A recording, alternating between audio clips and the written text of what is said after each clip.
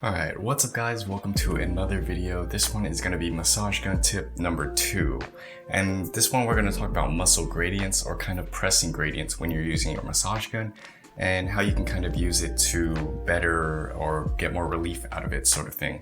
So if you haven't seen the first massage gun tip, I would go watch that one. They're not really, different, so you don't have to watch this one first or that one first or whatever, but I would recommend you watch that one.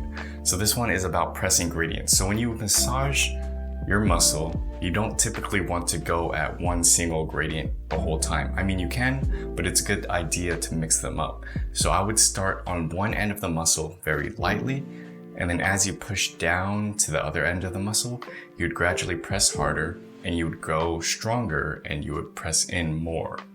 So that is one way of massaging through a gradient. And you can actually feel some significant difference by doing this, or at least I would think so.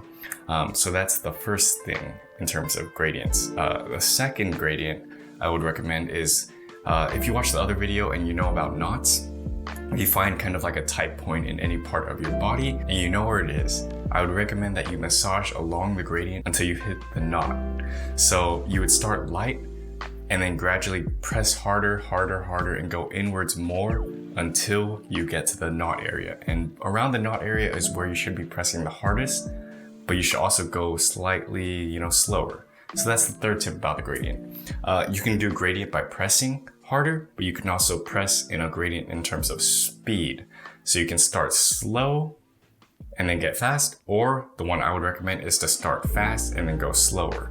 So if you're going to a supposed knot per se, you would start fast along the parts that aren't as tight, and then as you get to places that are tighter, spend longer there, and then go slower there and press harder there.